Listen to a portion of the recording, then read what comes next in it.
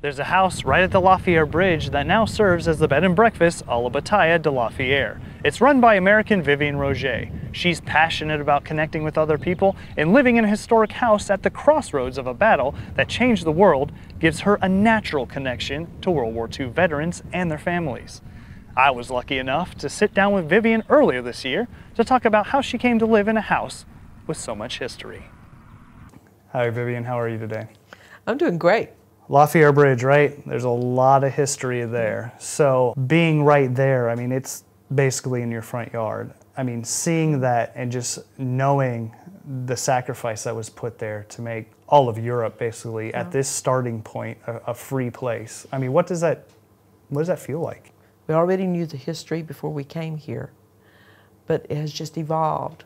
Didn't realize how magnetic it was, and so we've become more and more knowledgeable about our surroundings, met more and more veterans. They seem to come here all the time. The military come here. Everyone comes to this area. So we make it all work together.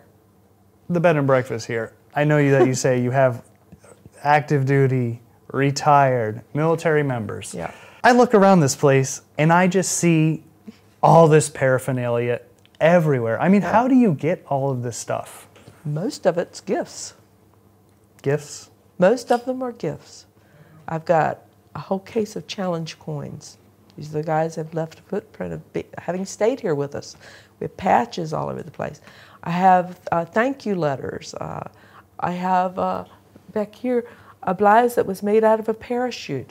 This parachute belonged to one of the men who fought on the bridge outside our door right here. His daughter stayed here. She sent that to me.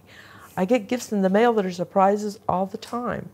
People who want to be a part and leave a piece of something here where they happen to stay in a historical site. And we just kind of make it appear and so other people can enjoy it.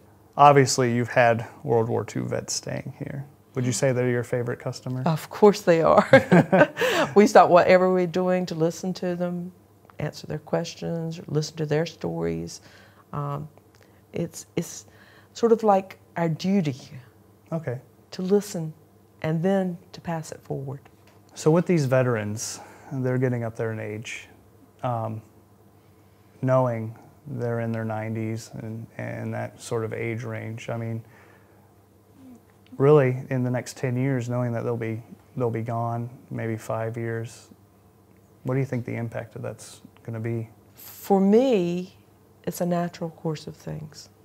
I've talked with the veterans about that. They're very honest about it.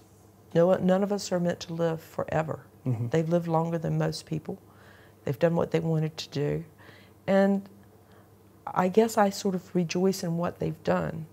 Yes, it gives me a bit of pain, but I'm glad that they can go on and be with, you know, be with whatever their thoughts of what their hereafter is. For the history, it's going to continue. Their families are, if families and people like us, they're going to still be interested. It's going to carry on from one generation to the next. For me, in 10 years, I'm already old enough that in 10 years, I may not be doing what I'm doing now. But someone will be, and we hope that we can pass the torch, the flame of keeping this memory alive, to someone else.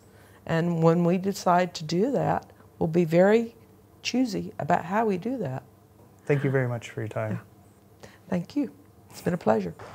From LaFiere, France, I'm Air Force Sergeant Nick Kibbey.